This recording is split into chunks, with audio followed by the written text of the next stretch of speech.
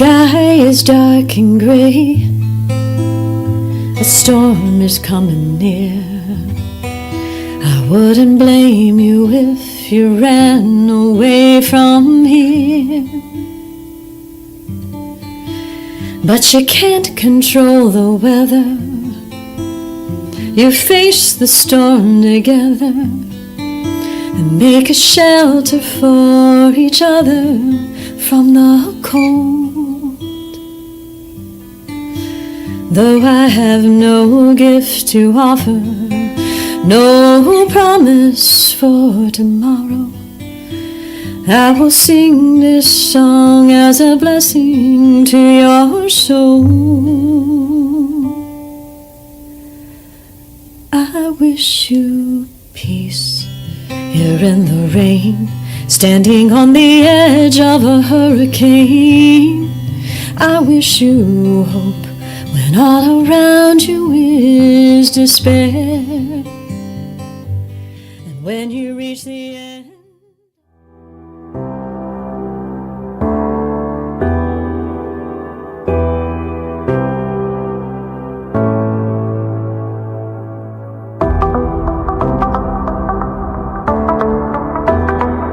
Katie Oates is a singer and songwriter.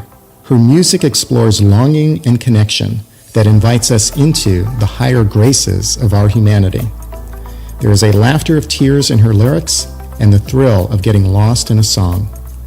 There is a clever flirtation in her forwardness and a vulnerability in her desires. What is true about her music is what is true about Katie. She has a grateful and generous spirit that seeks to make relationships meaningful, playful, and profound. She has been a singer throughout her life, from church choirs to musical theater to smoky barroom stages. But it has been in midlife that she began composing and performing original songs. Katie inspires us to do the same, to find our voice and to discover the best in ourselves. I'm Mark Paris, and this is On Life and Meaning.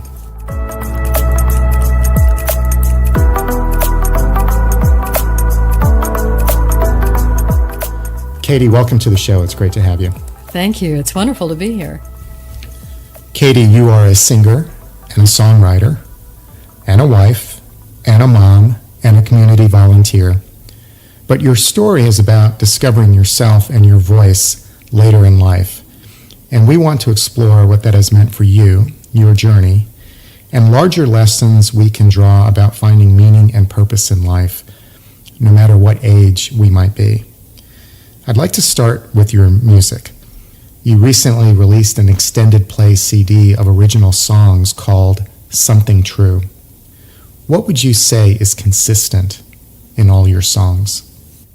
Trying to find connection and what happens when there's not connection, the importance of the relationships between human beings and how that is just the air that we breathe, really.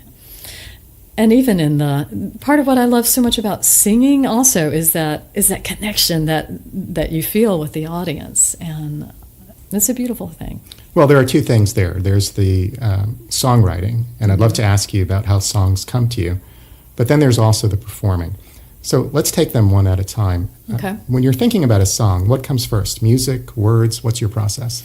Usually both at the same time, and it's most often what musicians will refer to as the hook. What people should probably go away kind of humming to themselves. That part comes to me, but then the rest of the song is labor and work and agony and terrible drafts and singing for songwriting groups and having everybody just scratch their head. There's certainly that inspiration, and I think Roseanne Cash talks about catching a song and, like as if it's a big butterfly, and she talks about different songwriters who have bigger nets than others and can catch these fabulous songs. It's like all the songs are out there somehow, and you have to, and you're trying to catch it. And if you're really good and you're really skilled enough, then you catch the really great songs. But that's how it feels. How do you know when you've caught a song?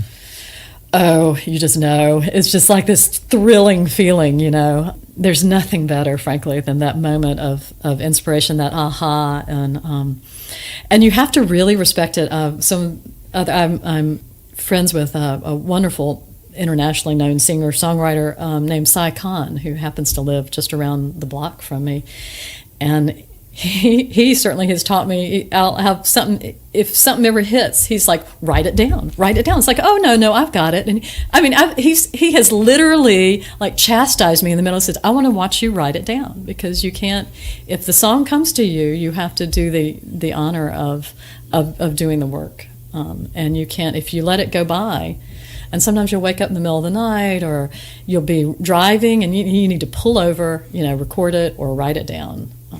Often when we are doing something artistic and we don't know any better, we often create something magical. But then as we learn the craft, it can slow us down. Mm-hmm. Has that been the case for you? Oh, definitely. Most of my songs have just taken way too long to write, and I've agonized, and I think that's part of a learning curve as well. The more you do it and the more you get into that habit of doing it, I think the easier that craft will become. But it's always work, and sometimes we're all just lazy and we just want to avoid doing the work. And especially with songwriting, you usually have to plumb some kind of topic that you really don't want to face. And so that's like the last thing you want to do. I mean, I'll clean out my refrigerator sometimes before I'll go work on a song, because I think, that's really hard. How about performing? What's that like for you, and how has your performance evolved? Great question.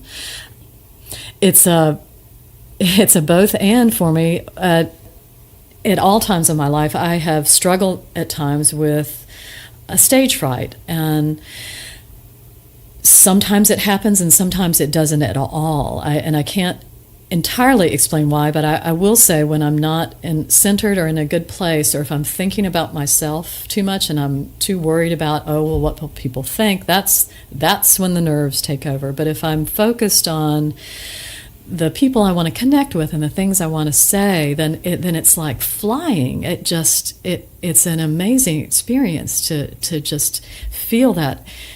Really quite literally transcending myself, and you can feel other people as they listen to you kind of coming and meeting you somewhere in the middle. So that experience when it happens is wonderful, and when it doesn't happen, it's awful. It's one of the worst feelings ever, I can just say. And I have done it. I've totally collapsed. And the thing I think you have to remind yourself of when it happens, and it will happen, and it's happened to every musician I know. I've seen professionals who've been touring for 30 years forget lyrics, and just, you have to have a certain humility, I think, and to realize, yep, I'm human, I'm flawed, I'm going to make mistakes, and sometimes I'm going to make a mistake in front of 1,000 people, and I just kind of have to accept that and move on, because for the audience, frankly, they don't care if it's perfect. What they care about is whether or not you're being real, and you're going to stay engaged, and you're going to keep working on connecting with them. And if you give up and say, I'm too nervous, or, and you put it on them and say, I'm nervous, and, make me feel better. It's not their job to make you feel better, get back in there, and perform. That's your job. Which is more gratifying for you, composing a song that will outlast you, or performing well in the moment? For the longest time, it really was performing well in the moment, because that was really kind of enough. Though, as soon as it ends, it makes you kind of nuts, because then you're like an addict, and you're looking for, when's that next moment coming? I want that perfect moment again, and that you don't get those moments. Even if you tour, even if you sing every night, you don't have that magic moment always. But I will say, after a lifetime of doing that, I did feel kind of empty, because I had all these performances and all these memories, and but nothing really tangible to show for it. Even recordings or videotapes, and I do have some, not as much as you would think. They're not the same as that. So I wanted something that I could actually hold in my hand, and so that, for that reason, having that CD really started to become a really important thing to do. Katie, we'd love to hear a song. Wonderful. I'd love to do one for you, and I can. I think I'd like to start with the song that I wrote for my child, as my first child as he was leaving, and it's called "When Dragons Were Real." That was one of the very first songs that came out of a very deep experience that I wanted to write about, and I had to go searching for the song instead of the song coming to me, and that was a flip for me. And I thought I was writing a song about him, letting him go and letting him be free. And I, after I did it for fortunately I had a psychiatrist in my songwriting group, and after hearing me talk about the song, he said, I don't think you're talking about letting go. You're talking about holding on. And all of a sudden the light bulb went on. I thought, yes, I want to hold on to the magic of childhood, both as an adult, and I want my child to do that. And so I wanted the song to have meaning not only for parents letting go of children, but also for, as you age. I sang this song for my grandmother when she was 98 and had dementia. Music was a way I could still connect with her, because I wanted, even in this, when her mind was gone, even in this moment, I could sing about how we all still have that child within and that magic within us. What is the song called? It's called "When Dragons Were Real."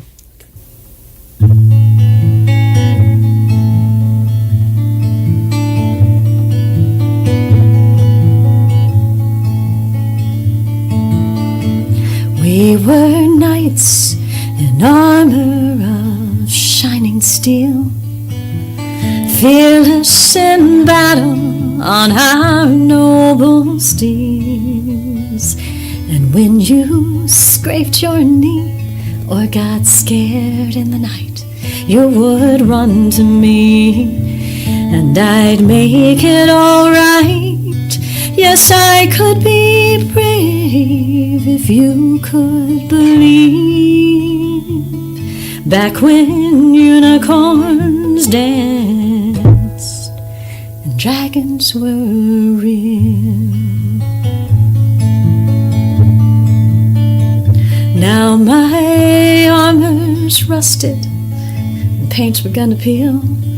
There are bills to be paid and deadlines to meet.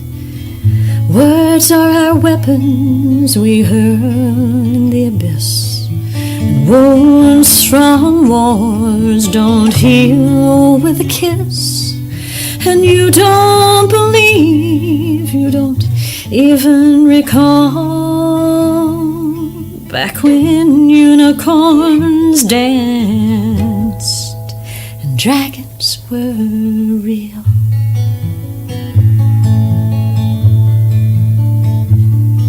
So close your eyes, just close your eyes, wish on a star. Don't let this hard world break your heart in two, 'cause magic still lives in you.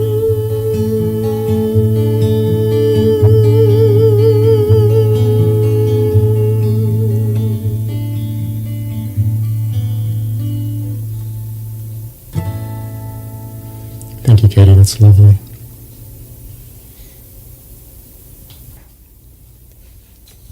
Katie, talk to us about growing up. What was your hometown and what was it like? I'm a preacher's kid, and we moved around a fair amount as a child, rural Mississippi and small town South Carolina, and I was so conscious. I'm also the oldest child, and I was so conscious about how my actions reflected on my father. And even in this, and you have to remember back in the 70s when they would publish things in the newspaper about my comings and going. I mean, I'm not making this up. It's crazy. And people would, they knew your car, or my parents' car, so they'd know when my dad was working or not. And it was just like living in a fishbowl. And I just had this idea that I wanted to, be as good a person as I could so that it would reflect well on my father. And so I internalized a lot of that. It comes somewhat naturally. Katie, you wrote something that I'd love for you to read and then give me your thoughts about it afterwards. Okay. Oh, yeah. I have to admit, I played it safe. Having someone else's permission to sing helped me deal with self-doubt, but constantly seeking approval and permission from others slowly suffocated me over time. I grew increasingly frustrated and unhappy and didn't know why. Absolutely. Yeah, I tell you, the aha moment came. I was volunteering down at a homeless shelter, and I had decided I needed to do something different, so I thought, well, I'm gonna help start a gospel choir down here at this, and try to help people who are homeless be a part of something creative and that would nourish them. And so I was singing in this choir, and had been doing it for maybe a year and a half, and then slowly I started crying at every rehearsal. And these people in this choir were so beautiful, and they were consoling me, who had absolutely everything going for me, and they didn't know where their next meal was coming from, or even if they were going to have a roof over their head. And I'm sitting there sobbing, and I thought, something is wrong. And I finally realized I was trying to give them a voice, and what I really needed was to find my own voice. It's just easier sometimes to sublimate, your dreams and to try to, and maybe to try to put it on somebody else, whether it's a child or, say, oh, I'll go help someone else. And sometimes that aha moment is, oh, wow, I'm the one who needs help. I'm the one who needs a voice. Often children of ministers and preachers feel the pressure of being perfect. Mm-hmm. Did you? Oh, absolutely. It's something in my personality as well, but that it's a public role, really, and it's one in which people have somewhat unrealistic expectations. They want the preacher and the preacher's family to set an example for the whole church about what they should be doing, and if you somehow fail. I can remember even a lady, I was a teenager, I was in middle school or something, and I came to a Wednesday night supper, which I didn't want to go to anyway, and I was grumpy. And she just blessed me out because I wasn't smiling enough, and I didn't come with the right cheerful attitude, and it was just, I think that, that just hit me all the wrong way, and of course reinforced some things that really didn't need reinforcing, which was, don't be real, don't take risks, don't, just be what people want you to be. Do you still feel some of those pressures now? Absolutely. It's never going to feel great to me to have someone, see all my flaws. And in this whole process even of singer-songwriter, and I go through, ups and downs with it. I mean, significant ups and downs because, I'm trying to learn something new. I'm not going to know how to do everything. And so when I publicly don't perform well, or I feel like I'm not received well or not respected, all those old triggers come right on back. Katie, you went to boarding school. That was a formative experience for you in many ways, wasn't it? Oh, absolutely. To be in a place where you don't even know your context well, so it's hard to even navigate because you don't know the cultural norms. I went to I was on Long Island, and I came from a small town in the South, and it was just unsettling in so many ways, and not to mention that I was severely homesick for almost a full year. And when you lose your center, when you lose your sense of who you are and your identity, I was kind of the preacher's kid, and there was a freedom in that, I will also say, and I was excited about that possibility, but it took me a while to get to that, and to be able to stand on my own 2 feet, and to realize that I was going to figure out how this all worked. How old were you when you went to boarding school? I was 14, and it's still one of the hardest things ever. I've traveled all over the world now, but to get on an airplane in a small, from a small town in South Carolina and land at LaGuardia Airport, and even on my own at times, and figure out the transportation to get to this boarding school was some of the scariest stuff I've ever done. Did it affect your relationship with your parents being away during your teenage years? I miss them terribly. I always got along really well with my parents, and I think in some ways I kind of missed out on a healthy part of a relationship, which is that you divide yourself from your parents and you say, okay, this is you, this is me. And there's a certain amount of rebellion that kind of needs to happen, and I never really did that. And I think there was this sense of missing out on some time with them. So I've had to do the rebellion at a later age, you know. But they live all the way on the West Coast, and so does my sister. So there's still this sadness for me of being so far from family.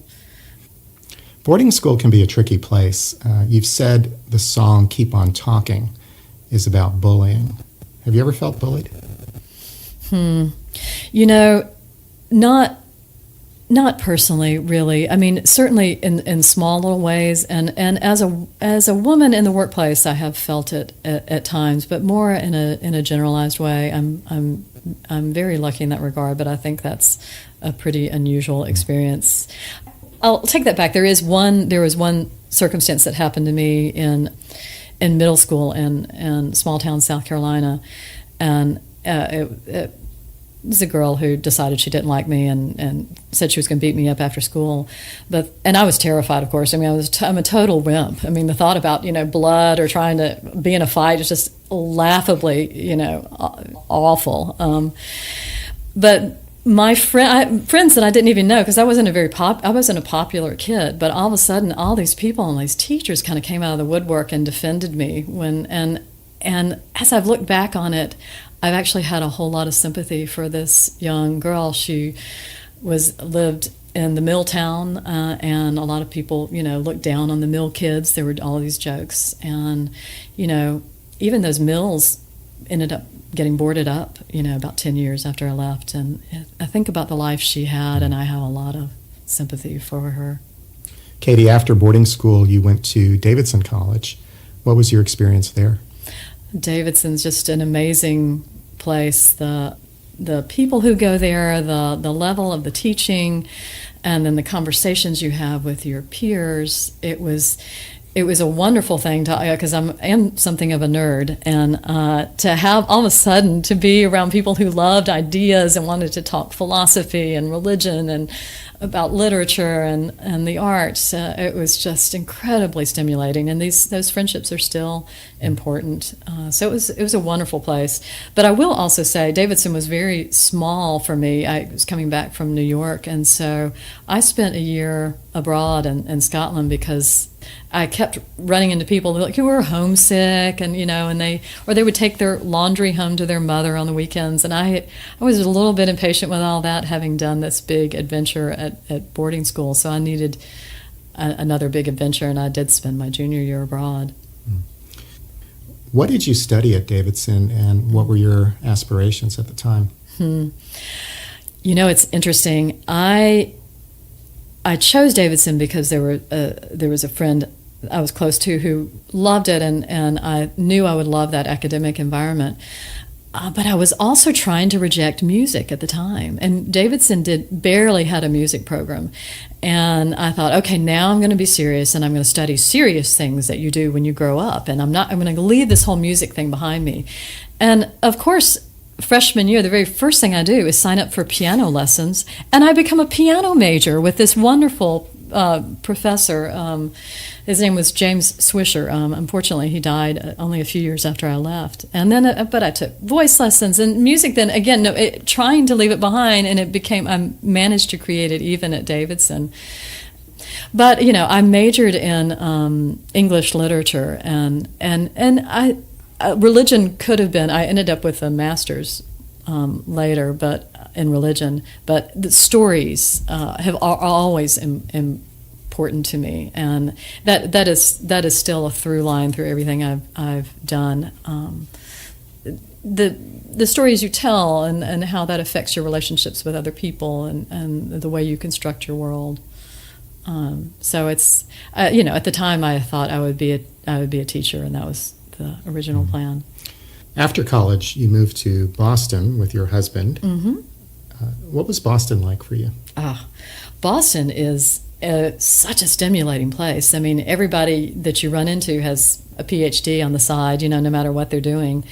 So it's a stimulating place. It's a very competitive place and very very hard in a lot of ways, and particularly someone straight out of college, trying to get a job and find my way in that environment was very, very tough. I first tried teaching jobs, and it was just, I would lose out with people, with PhDs, though I did teach for a little while in a Catholic school, and had some, it was tough going, and I ended up realizing that teaching wasn't really for me. But I ended up quite lucky. I worked in healthcare and in some fields that were just, I love the research, and it's still, some of the ideas that we were implementing then are still being developed now.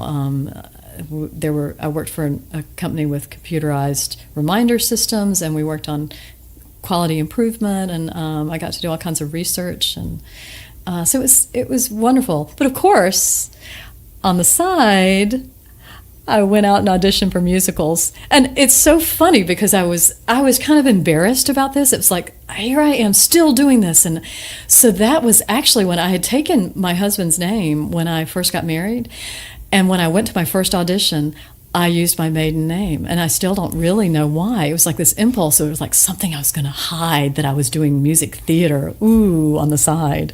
That was that first kind of, and I ended up going back and changing my name back to my maiden name. But something to hide, but also something to claim as your own.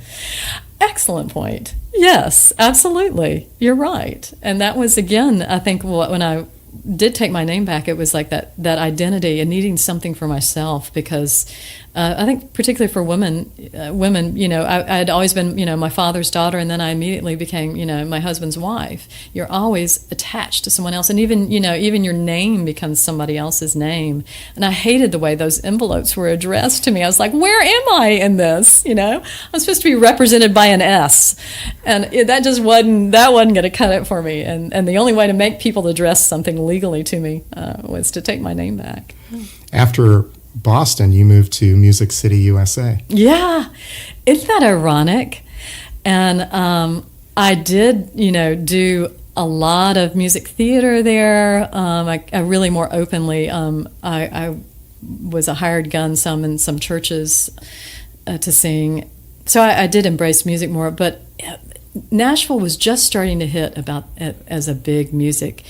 And it was really intimidating to me, and a lot about who you knew, and there were these circles that felt really intimidating to break into, and I wasn't ready for that yet.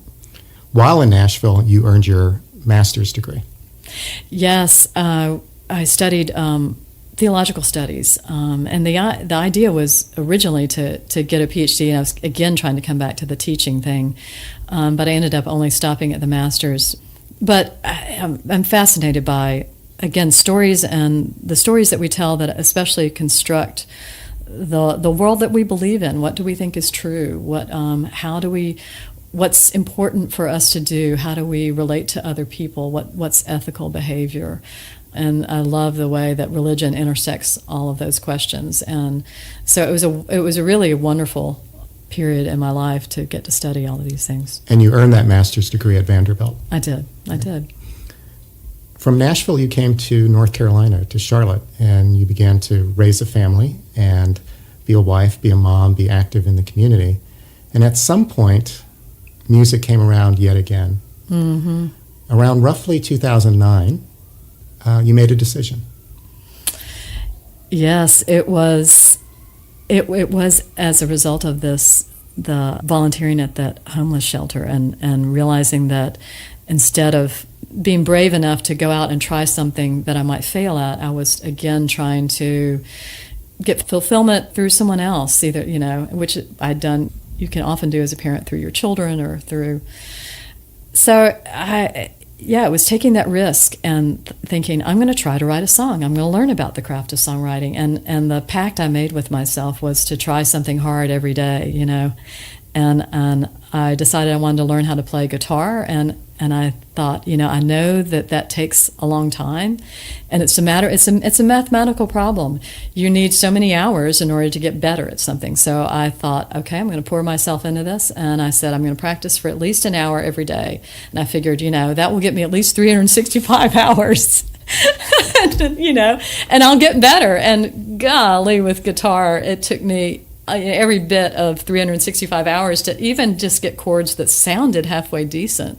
It's not an easy instrument to just pick up and play, frankly, especially, when you're not a teenager. It was a good challenge.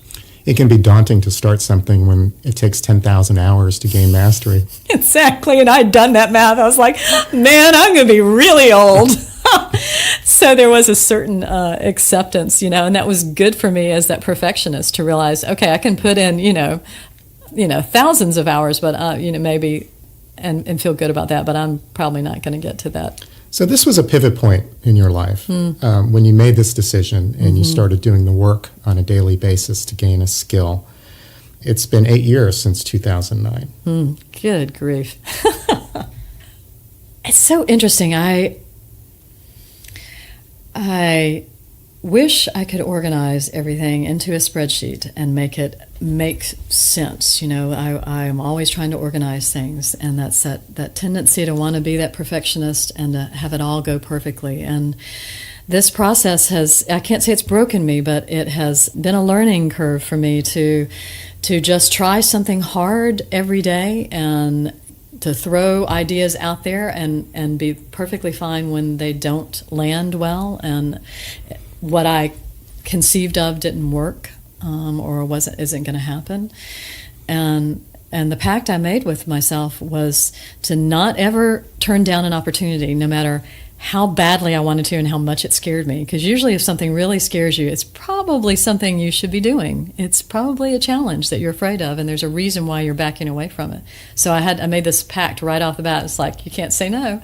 It was just terrible because I've said yes to so many things and have just been mortified and terrified. But then you have to do the work. You do the work, you get ready, you prepare.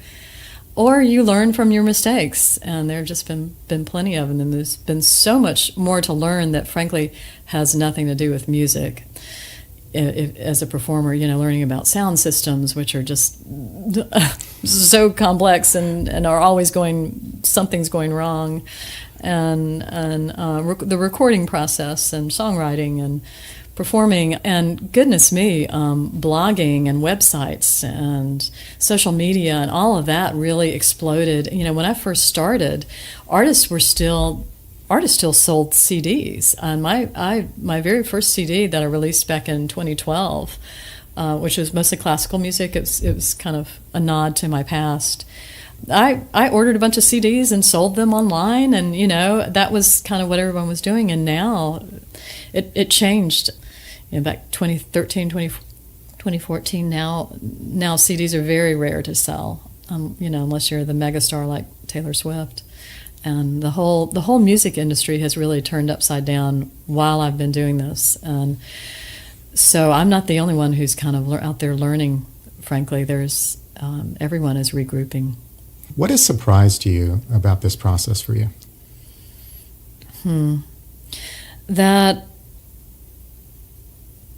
the process is important, and both in terms of putting in the work, what you're going to do, and that it's just not always about the outcome, and it's especially not about knowing where you're headed. Even I look back on so many things that I just tried just because it seemed like all I could think of. This was the next thing I could think about doing. And even though it didn't directly lead to the good thing that happened, the process of starting on that journey is led me to the place that I needed to be. And I that's still a lesson I'm learning. And frankly, I unlearn it all the time. And it's so easy to to sit on the sidelines and say, I want it to make sense. I want to know that I have a guarantee. I don't want to just try something and have it fail, or and so I have to learn over and over again. Stay in the process, stay in the moment, take risks, all of those things.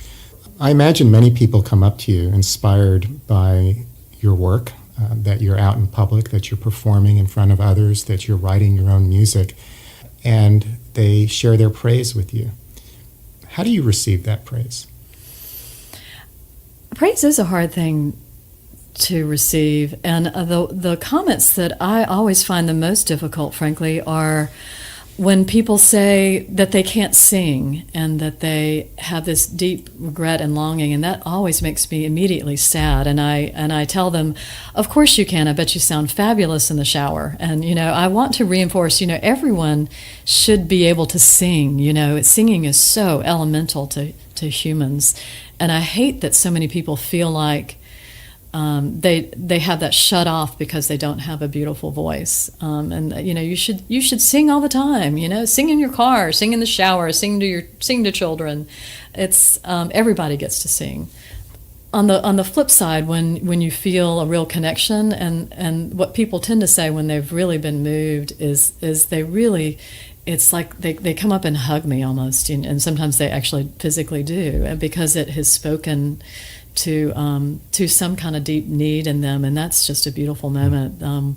With that, when Dragons Were Real, the last time I performed that, a woman came up and she told me about her son who had died when he was 20, and she wanted me to send the lyrics to her, and I did. It was a beautiful moment to share with her, and to know that this song could kind of be with her in that sorrow, and to have that connection and be with another human, as they rejoice or as they have sorrow is beautiful. And you don't know without those stories unless someone tells you. So, yeah. You've done this work in midlife, the deep spade work of artistic exploration and discipline. How has it changed you? How has it changed your relationships? Trying to be more accepting of myself, flaws and all, as well as to extend that grace to other people, that we're all out there struggling. And sometimes the way people, I think like most people, we all think it's all about us, and everything, and if I feel a rejection from someone else or something, I have always had this tendency to think, well, what did I do wrong? Why don't they like me? I want everybody to like me. And I have am coming to understand that I have to extend that grace to other people, that not everybody's going to like me, not everybody's going to like what I did, or maybe being around me makes them feel bad for whatever reason, and there's not anything I can do about that. And I used to always want to fix that and think that if I just did something better. But I have to accept. I have to be accepting of myself as well as other people and where they are. Katie, I have another quote for you, one that you wrote, and I was wondering if you might read it and tell us your thoughts about it afterwards. Okay. We tend to reduce people, even our understanding of the world around us, to simple caricatures. It makes things easier in the day-to-day, but I think doing that flattens our experience of life. We lose the complexity of the people and things we think we understand, and we fail to see all the connections we have with people and ideas that are seemingly foreign. I think we crave the connection we get from hearing the funny, odd, poignant, limitless diversity of other people's stories. Music distills those connections into 5 minutes of emotionally packed sound and language. None of us connect with all music genres or all varieties of people, but I think we make the world a better place when we attempt to discover the best in ourselves and dare to share our own unique perspectives authentically with others. Boy, that came out of really deep thought and many, many drafts, frankly, of what, from my bio of what it is I intend. The irony is when you get really specific in a story or song, very specific metaphors, and have maybe a very specific story or idea you want to communicate, and you wrap all kinds of details around that, the more it becomes universal. And I think sometimes we forget that in our relationship with people. We might have some idea about what the way we want them to be, or we want to take what we're thinking and put it in their head, and we miss the beautiful complexity of all of us. And I think the more that you go into and ask about someone else's stories and what they mean and what's underneath all of that, and what are the then the more we can relate to each other. And And music does have this wonderful way of uniting people. It's, if you sing together or listening to someone, it has a unique ability, I think, to do that. It's a beautiful journey to be on, and one that I do want to encourage more people to take. Katie, you've said that, quote, we can access any person, answer any question, find any form of entertainment with a device that fits in the palm of our hand, virtually connecting us to the world, but we feel as lost and as disconnected as ever, end quote. Why do you think that is? The explosion of social media and the way our world has just been upended over the past 10 years, I don't think any of us have caught up in terms of how to deal with this completely radically different world that we're living in. And it's overwhelming, and I think a lot of what we have lost is that personal human face-to-face connection. We think we can substitute self-driving cars and for taxis and heck, there are even computers can write songs and sing them. Yeah, there's almost nothing that can't be replaced in this current world that we're living in. And I think we all feel that. Well, we all think, well, what do I have to offer? And what, if machines can do all of this, and what, and I think we all have to, are struggling with these, both quite literally in terms of jobs and job displacement, and musicians are certainly feeling that. It's becoming increasingly hard for musicians to make a living. And I feel that very poignantly as I attempt to do this at midlife. There's a certain,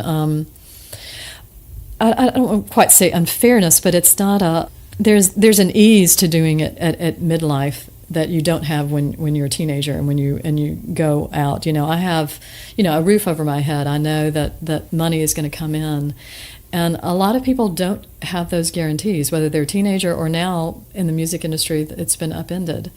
And I think sometimes somewhat fairly people look up on me as a dilettante, because unless your livelihood really depends on something, then you don't have that same kind of sense of risk.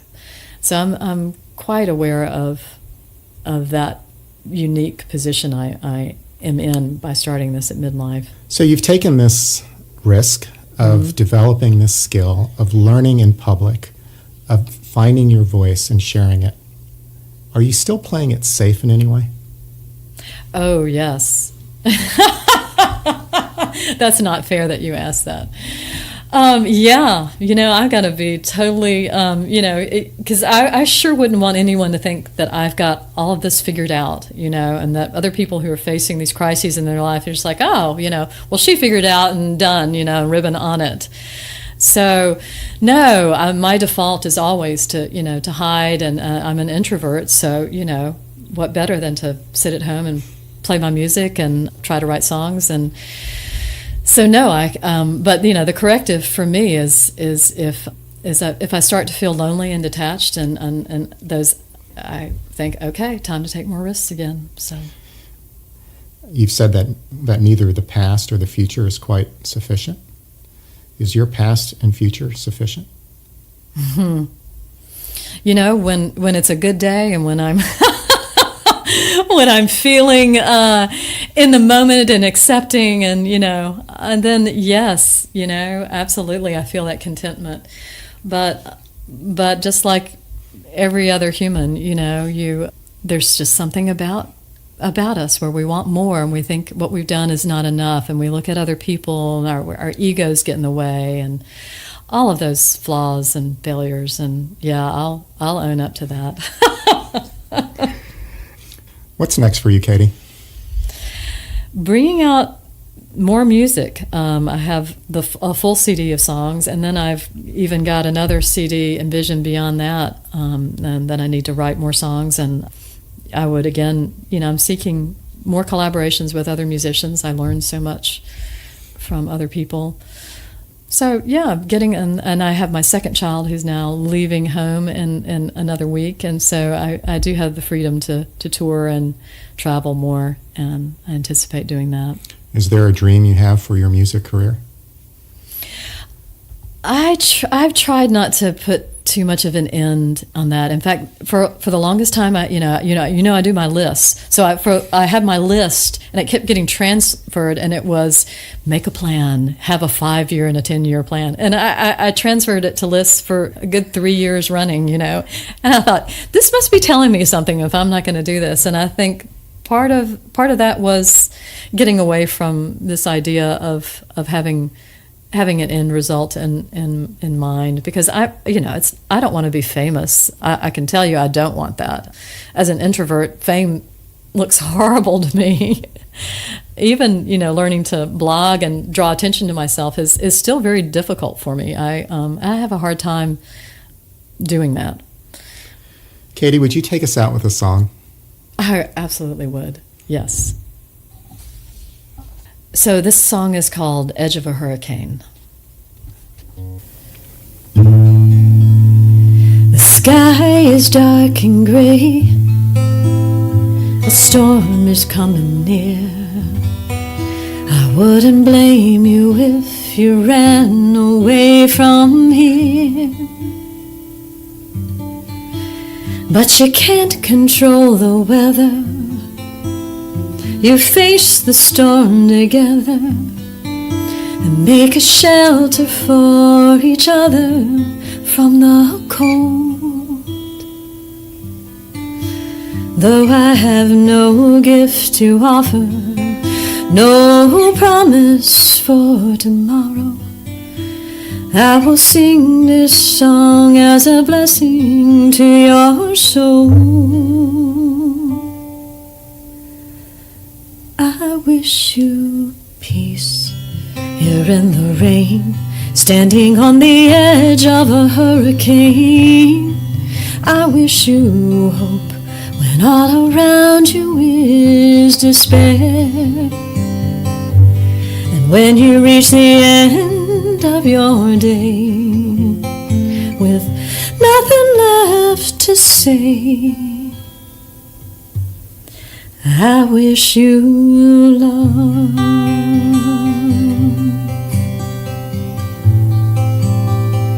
I wish you love.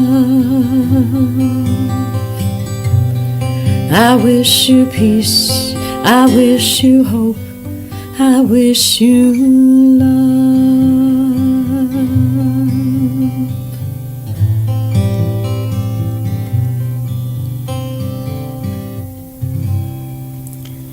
Thank you, Katie. That was beautiful.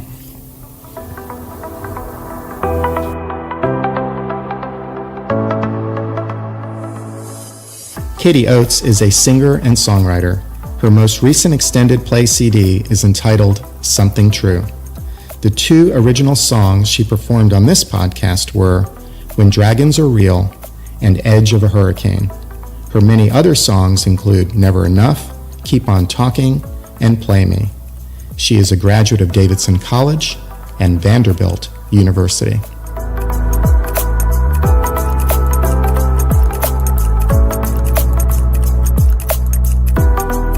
And now, a personal word. Katie's music and the yearning for and celebration of human connection that is her work transports me to the moment I witnessed Johnny and June Carter Cash on stage. I wrote this reflection many years ago of that moment, and here it is reworked like an old song. Shortly after the first of his comeback American recordings were released, Johnny Cash stood on stage in Miami and opened his concert with the familiar harmonica and rumble of the Orange Blossom Special. The train might as well have rolled right through me. I sat in the balcony and held on. Johnny wore black, as he always did, hearkening Midnight Hurt and Godly Redemption. That night, I was invited backstage, and a friend took a photograph of me standing beside Johnny. He was graveled and dark and holy. I was young and proud and overwhelmed. We were both grinning. Johnny is often on my mind. I look at that photograph in my album, a period in my life before I was married. before internet gold rushes and asset allocation and this town that I now found myself in.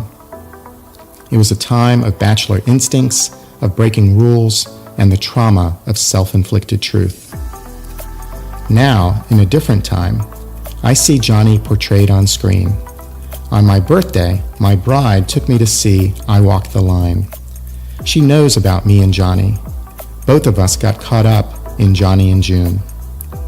The movie brought me back to a place of struggle, about the source of creativity. In the land of convention, of suits and schedules and finance and bills and children going to school, emotions that would otherwise change the world are boxed in. The rules are defined. We judge ourselves and others by them. We avoid the slippery slopes and the rebellion that would otherwise rewrite what we can do. Johnny and June were both married to others when they fell into their ring of fire. Their unresolved sexual tension fueled an explosion of music and song that changed the world. Loyalty for them came at a price, as did betrayal, as it does for all of us. When they married and the danger was gone, their music changed to something time-worn and ultimately safe in its repetition. Only in their final years, with death looming, did their creative majesty return as they, together, reached back to the stripped-down chords of their early days. It is an arc many of us know. There is no story without choices. There is no love without tragedy. We have our hearts torn, and we have the intimacy of every touch on our minds. That night in Miami, June joined Johnny on stage. They sang their signature song, the one they sang as unrequited lovers for years before June finally said yes to Johnny's marriage proposal.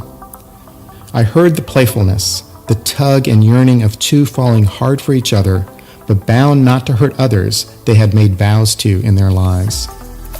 If ever there is a song about lust, the conventions that extinguish it, and the desire to have it back, this is it. We got married in a fever, hotter than a pepper sprout. We've been talking about Jackson ever since the fire went out. I'm going to Jackson. I'm going to mess around. Yeah, I'm going to Jackson. Look out, Jackson Town.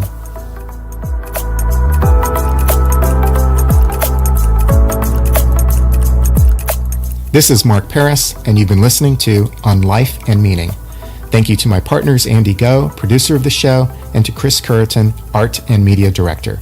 This is how you can help. Please write a review on iTunes. It helps us grow our audience. Follow us on Facebook. We'd love to hear what you think about the show. And become a patron. We are on Patreon, a crowdsourcing platform that allows you to support what you value. Visit us also on our website, onlifeandmeaning.com. Thank you for listening.